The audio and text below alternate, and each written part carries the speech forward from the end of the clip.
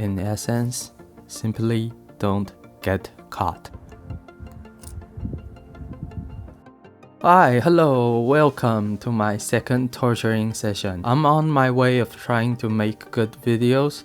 If you haven't watched the first one, maybe go watch the first one after this. With that out of the way, this idea/confession originates back then during my uni days. The place I went to uni wasn't the place best known for human rights.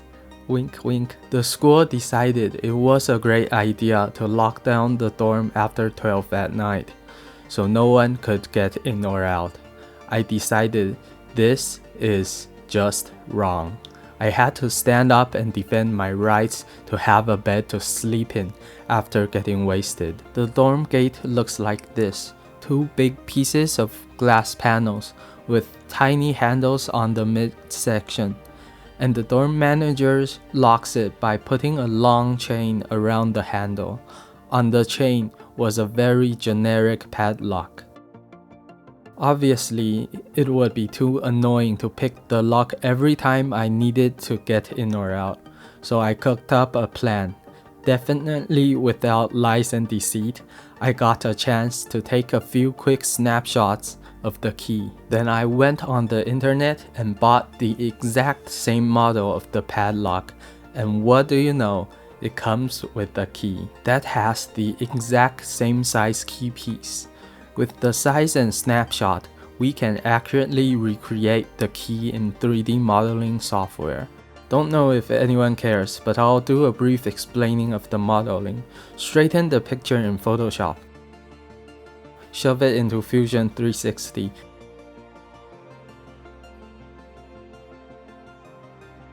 Trace the key, do an intersection cut.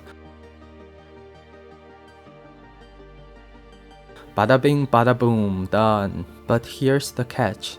There's a part of the key that basically serves no function, and for the sake of printing it out properly, should be omitted. Now, to the very crucial part of this mission.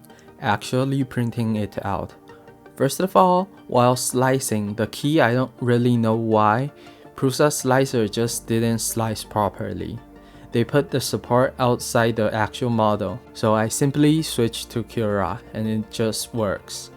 Maybe take this into consideration if you want to try making one. About filament selection, I would recommend using PETG.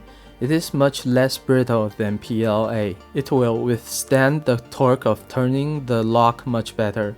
Under worse circumstances, it would just deform instead of leaving a piece of evidence in the padlock. Another thing is, print at a slightly higher temperature than usual, ensuring optimal layer bonding. And how well did it work? Let's find out. Yep, it works just fine, but it looks crude and hard to use. So I added a knob, then reprint again. And there you go. We have successfully defended the basic human right of consuming the divine beverage. But I'll have to admit I got lucky. The padlock was a pretty generic one. The key shape was also simple.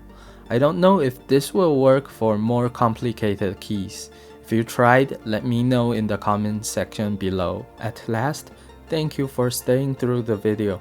If you ever consider pulling this stunt, consider subscribing. I'll bless you with my unicorn powers. And bye! I feel like I'm getting better at this.